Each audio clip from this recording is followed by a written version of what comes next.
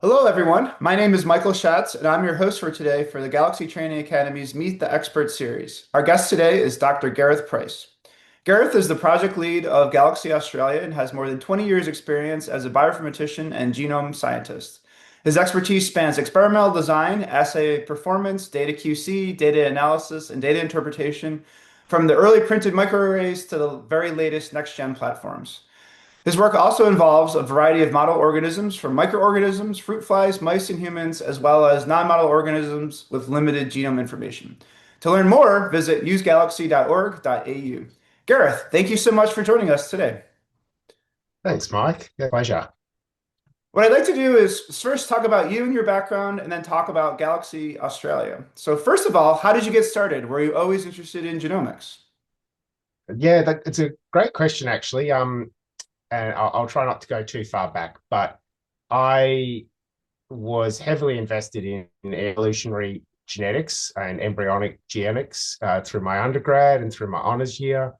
And I actually specifically chose a PhD that challenged me, which was protein chemistry and making site-directed mutants in a protein in conserved domains to see how they would change protein. And actually, I did really enjoy that.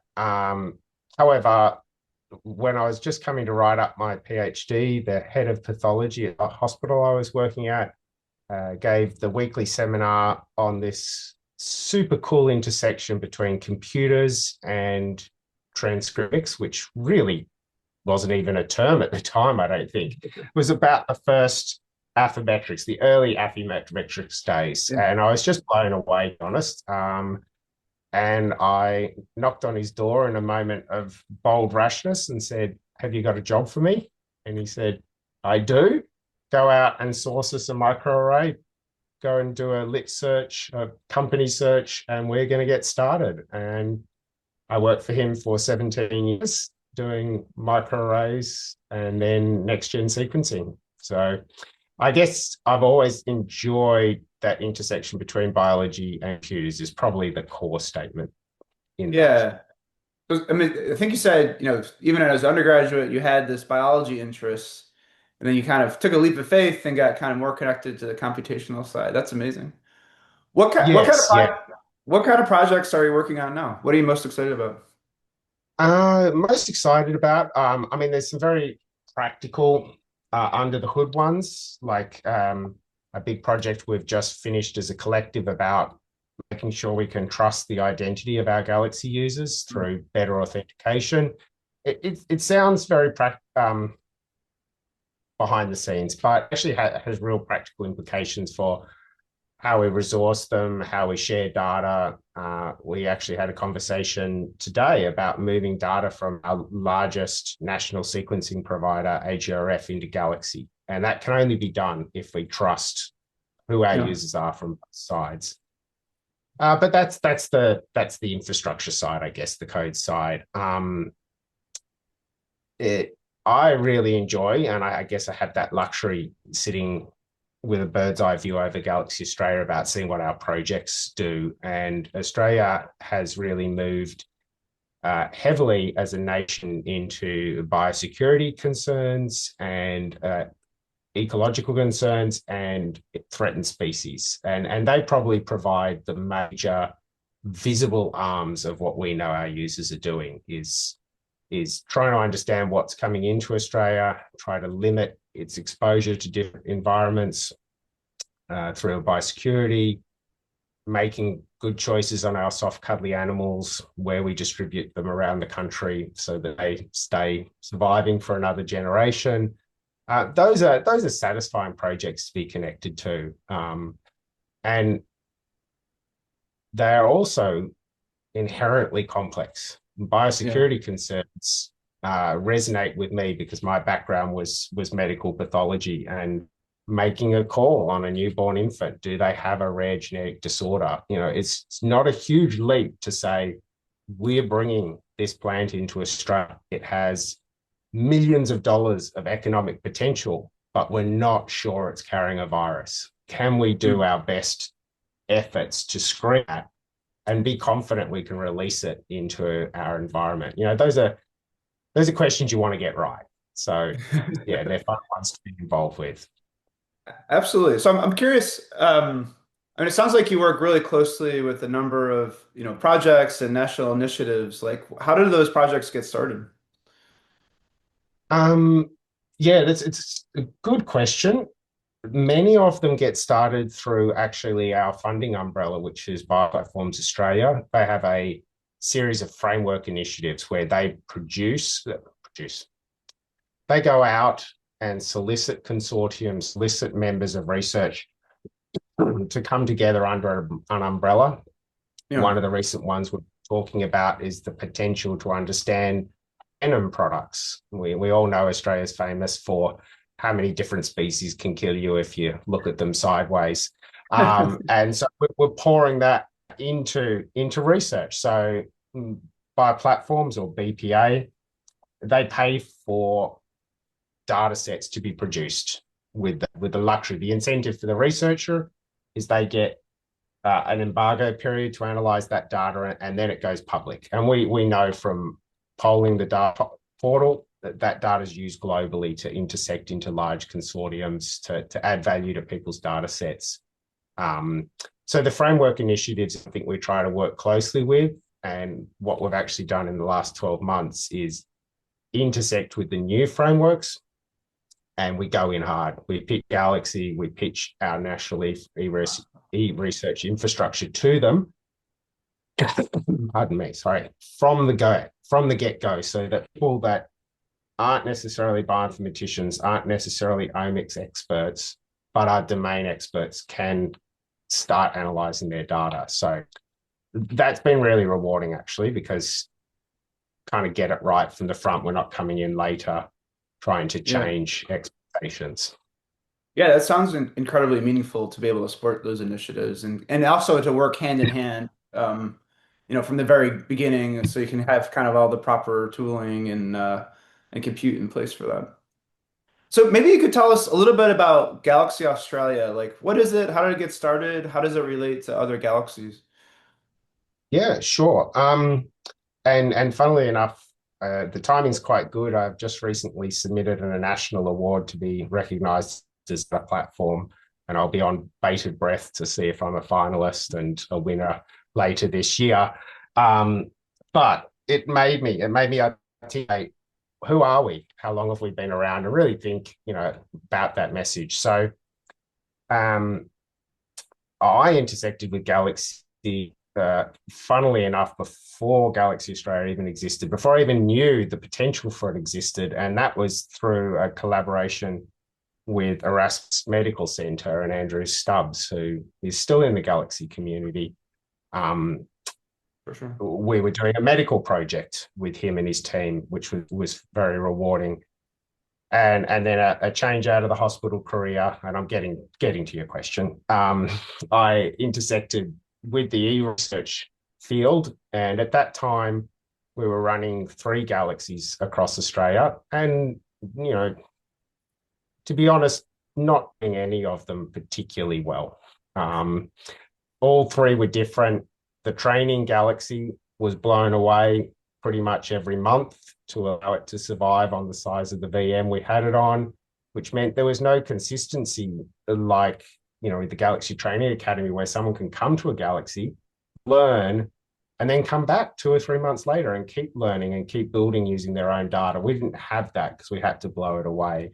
Uh-huh. Um, and one of our colleagues, Simon Gladman, who's sadly passed away since then, came back excited from GCC 2018 and said, hey, there's this new idea about forming a national galaxy service and echoing that globally to other galaxies. And the timing was great. One of our e-research partners, the ARDC, they funded what they called a pathfinding project, which was an exploratory project. Like, here is a seed money to go out and do something. And we used that seed money to merge all 3 galaxies into one, merge the teams, and I always get this wrong, but the sum of the parts was greater. Having 2 sysadmins, having 2 help desks, having 2 everything uplifted the service much more than just on paper. So um, yeah, that's how we started and kept building from there, really, is how it simply And went. and then and then about like I don't know, how many users do you support now? How much data do you support now? Sure, yeah. Well, I think we started when we merged them with about 1,500 users and a piddly amount of storage. We now have passed the 50,000 user Wow. mark, which is awesome, yeah. And uh, much like the balloon fair that happens at a shopping center when the mid customer walks in, we I remember distinctly celebrating that first millionth job and going out and interviewing the person and turning it into a story. Then the 2 millionth job came around and it was great. Then the three and then the four. And now we're at 14 or 15 million. And these things come around with increasing frequency, each one of them generating a cool story. But it's fantastic to just see that our usage is consistent and it's going up. Yeah. Um, and with that comes all the good things. Like sometimes I'm a bit worried about hard metrics, the number of jobs run, this or that. They're things we can measure, but do they really mean something to a Yeah. researcher? So when I say I need more space because I want to bring more data, I need this tool because it's critical to my research, or here's my publication. And these are all fantastic outputs. They're not sort of measures, but they're real outputs to show that people are using us and need us for their work. So Do you have any favorites, I don't know, recent papers or recent success stories that you're proud of? um yeah, it's a good question.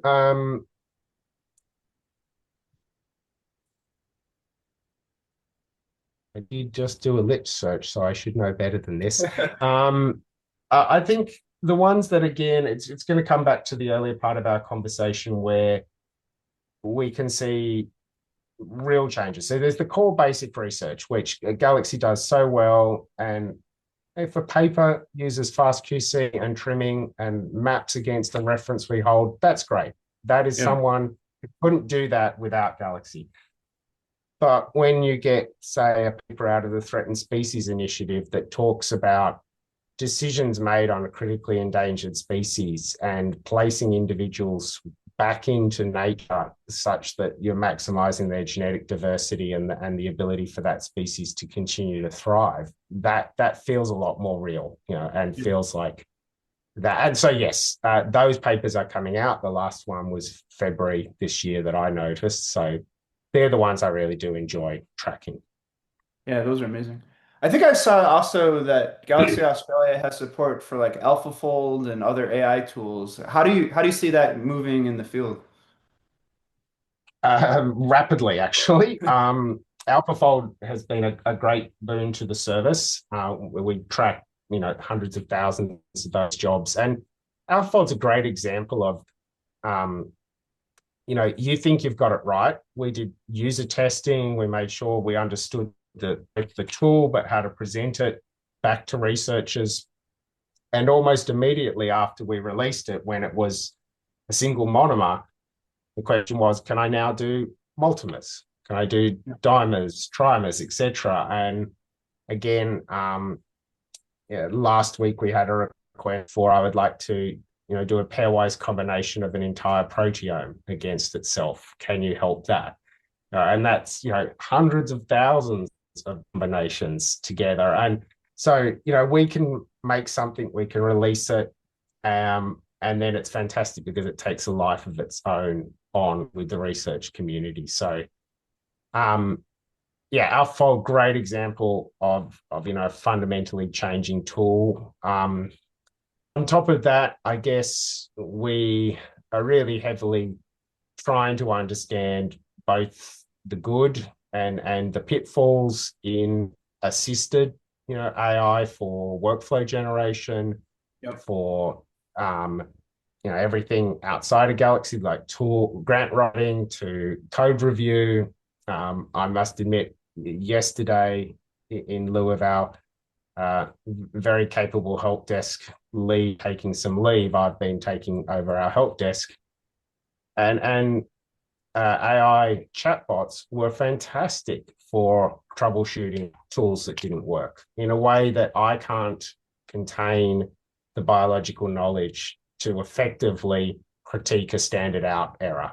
I can't do that, but an AI assisted bot can help me. And then in conjunction with my knowledge, I can help a researcher. So, yeah, I can see a very rapid adoption across our services for AI across everything. We've heard, thanks to the Biocommons having an AI field, and the Biocommons is, sorry, the organization that runs Galaxy.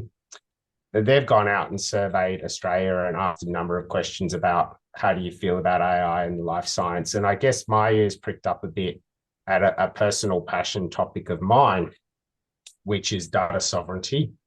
So coming from a medical background, oversharing data is a no-no. One of the things, pardon me, about Australia is it's a really big island, and it's actually a really easy claim to say if you use Galaxy Australia, your data stays in Galaxy. Sorry, in Australia.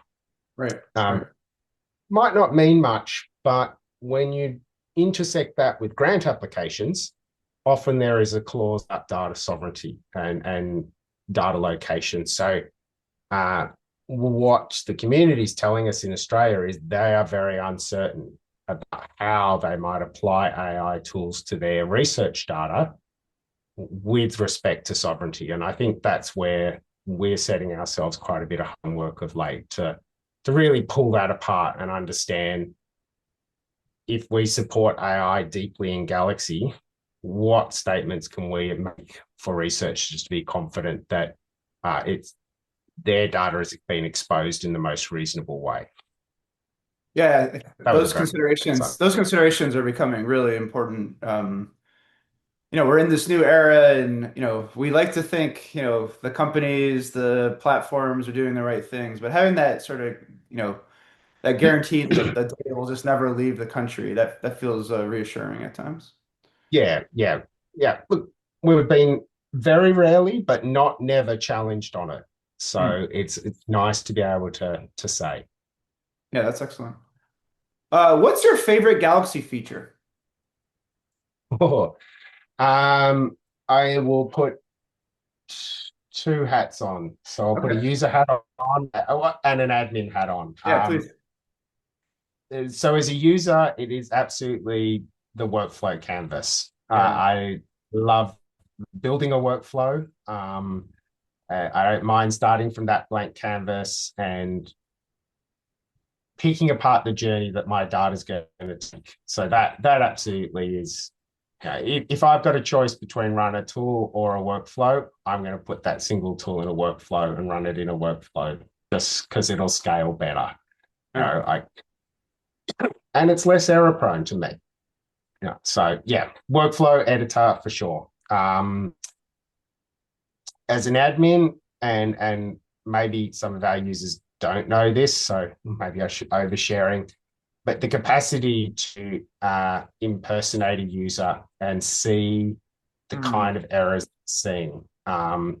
We, I think it needs to be said, we do that with permission, but the ability to actually not just rely on a ticket to say my job is failed or I would love to understand how to do my transcriptomic work better in conjunction with the user, that sort of core ability to share in Galaxy, that's what Impersonate does from the admin point of view. Yeah, that's really helpful so that, you can really, collaborate to solve a problem rather than playing the telephone game where there's just Yeah, never quite yeah. enough information being exchanged. And Mike, sorry, I've just thought of one more if I can, Yeah, please, of course. which is a more recent feature, which is notifications. Yeah. That little red dot you get on your screen, super helpful. I think we've all been trained now suitably by thousands of apps to pay attention to a little red dot. And so we're using it for communication. We're using it to tell a user we've changed their quota or we've had to, modify a job setting. I think it's fantastic. A great way to connect with users. Yeah, I love all those. If we could circle back though, I'm impressed that you design workflows from scratch. When I do it, I'll run the Mm. tools interactively and then I'll extract the workflow. But you like to just go to a blank editor? Yeah, I do. I do like, I mean, I guess, um, uh, when I'm training and I'm feeling particularly verbose, I talk about painting the Sistine Chapel. Do you do it from a template or you just start, Yeah. and start somewhere? But I guess many workflows have the same kind of content to them. There's a data cleaning phase, there's often a mapping or reference phase, and this is protein or Yeah. DNA or Yeah. RNA or anything in between. And then there's a coalescing of result phase. Um, but no, yeah, I guess I'm always with the view that it's unlikely I'm doing such a bespoke analysis that I'm going to want to do something similar again. So that sort of investment in starting with a workflow just helps me make it reproducible. Yeah, that's I mean, really the other important. way is absolutely fine, but yeah, that's just sort of where I Yeah. seem to start. Very good. What kind of features or capabilities are you working on now in terms of galaxies? Is there anything that you're really excited about? Um, yeah, and again, it's probably going to seem a bit vanilla when we talk about it. I guess, well, there's two big things actually. So one is exploring and wrapping and rolling out more genome annotation tools so Hmm. that there seems to be quite a big uplift in, not surprisingly, AI assisted uh, annotation Yeah. of reference material. That's what the space that I know we're quite active and excited about. Pardon me. The other one is, again, this is the more vanilla one, is actually more deeply integrating Galaxy Australia into the academic institutes in Australia. So connecting more file sources so that Hmm. data can be brought directly in from the university. We can make use of temporary storage, scratch storage, remote file destinations, all these fantastic features in Galaxy, which I think we always promote, at least in Australia, extensively enough. I really want an idealized world where Galaxy is not the custodian of large volumes of data, that researchers view it as an analytical platform where they Hmm. pull their data in from their university, they push it back to the uni. I do actually think the unis or the institutes get value out of that. They know where their researchers' data is, and we get value out of it because we're not storing huge volumes of data on researchers' behalf. Yeah, it sounds like a win all the way around. Yeah. And then to your first part about annotation, I agree. I mean, these days, thanks to the VGP and other initiatives, there's lots of new genomes being assembled. Also, there's mature workflows. If you can generate data, typically, long read data, you can get a really nice assembly even on systems that, have never been studied before. I guess I'd seen that some of your work was on non-model systems. What sorts of systems have you been working on? Oh, they are mainly reptiles, Ah, actually. And they either have very large genomes or highly repetitive genomes or yeah. really large GC biases. Um, and they're almost always endangered, which means the Ah, amount of source material you have is limited, yeah. which is out of our control in the analysis, but can influence, the quality of material you get to work with. Where does that Um, interest in reptiles come from? Uh, literally all over Australia. Ah, okay. They, um, I mean, one of them that I helped with, which has subsequently been taken over by someone else, which is great because it was pushing my limits of understanding. Um, from memory, the original, primary lizard that sparked this subspecies debate was found on a roadside pullover on the side of the highway, one of those places with a picnic table and a toilet block and not much else. And someone went, "Oh, I wonder what's under this rock," and found a new lizard species. So yeah, welcome to Amazing. Australia. Amazing. And then more generally, where do you see, I don't know, galaxy and, I don't know, computational biology more generally moving in the next 10 or 20 years? Yeah, it's a great question. I mean, there's probably pick it apart at a few levels. I'm loath to make a statement about a plateauing in the style of technology. Every time it feels like we've reached a barrier, there's a breakthrough from like short to long read sequencing, for example. Um, so we will have another one of those. We'll have another watershed moment that challenges us with a new style of data, and then puts strain on our infrastructure because of it. Yeah. Uh, that said, um, whilst every biological question is unique, and I do hold to that, at the core, they're very similar. And I guess that's where we're seeing AI have such a big influence on our role. Like everyone at some point wants to do an n equals 3 time course on their species, plus or minus, you know, a challenge. Yeah. That course happens thousands of times over. Why do we as individuals keep having to learn the best workflow to do that? That's where I see sort of AI assisted coming much more deeply into our practice, saying, you know, akin to the paperclip in Microsoft, akin to a pop-up, it looks like you're trying to do RNA-seq analysis. Um, so there is that aspect. In terms of where I think a platform like Galaxy excels, I mean, we know we celebrated 20 years of Galaxy, which was awesome. Yeah. In Australia, we're at about half that age.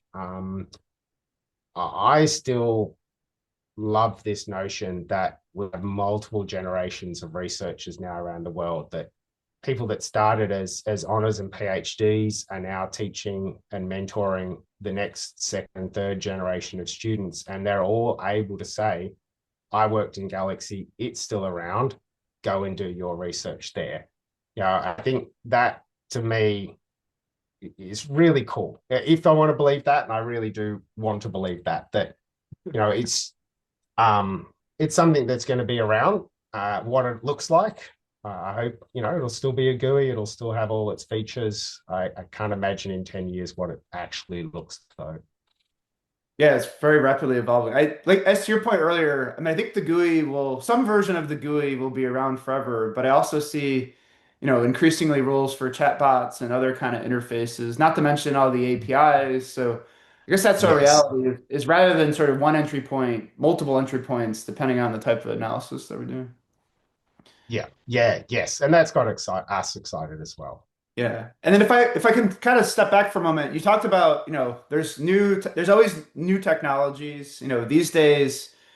I don't know, single cell is becoming so popular. Spatial genomics is so popular. So if you consider, I don't know, a single human is 10 trillion cells. There's a huge amount of data from every person that we could generate. You also talked about, I don't know, the tooling and the compute that's needed. And I would also add, the biological question. So it seems like that's sort of what magic really happens when you have the right question with the right data with the right compute, and then you can really make huge discoveries. And you need all three in equal parts. Yeah, absolutely. I mean, I found, as in my early days at Galaxy, I was also doing consulting bioinformatics, and I often found researchers came to me and said, I don't know how to do bioinformatics. But if I Yeah, asked them to articulate their biological question, it was very easily chunkable into logic. yeah, They would say, I'm working on mice. I have a drug. I've done an experiment where I've treated with some subsequent levels and I want to know what's happening. I'm like, in essence, you've just described the bioinformatics process. yeah. Yeah. And again, I know we keep returning, but the use of natural language models for a researcher to be able to describe their situation in their words and have it translate into bioinformatics, yeah, that will really change, I think, how we see people do it. Yeah, and it's starting to come true. Stay tuned later this year that we'll be rolling out some new capabilities. So that'll be really exciting. Yeah. And then my final question. So this week, throughout the whole training academy, we have some experts that are participating, but we also have a lot of beginners. I was curious if you had any advice for students that are just entering the field now and they're just not really sure how to get started. Yeah, again, it's a good question. I mean, um, if you're at the GTA, you're already about 100 steps ahead of someone who isn't here. I think is probably the first thing. You're learning not only the way to phrase biological questions into bioinformatics processes, you're learning how long things take, how to resource them. Um, I think an open mind, really. I mean, it seems like a bit of a throwaway, but bioinformatics as a field needs both knowledge of biology and some knowledge of computers. Where you sit on that weighting system is up to you, but having both of those arms of knowledge, I think, is critical for success. Yeah, I completely agree. Especially modern biology, you really have to be at that intersection because the data are so enormous. You can't possibly look at it by hand. So going through the academy Yes. is a great way to give you the superpower where you have the confidence to tackle the problems presented to you. Okay, well, Gareth, thank you so much for your time today. It's been awesome talking to you. I agree. The stories you're telling about, the ecology and the biodefense around Australia, that's really meaningful work. So thank you so much for supporting those Mm. efforts, and thank you so much for your time today. Excellent. Thank you. And yeah, thank you for allowing me to talk away. All right, and good luck to everyone on the Trading Academy, and stay tuned for more. Thanks, everybody.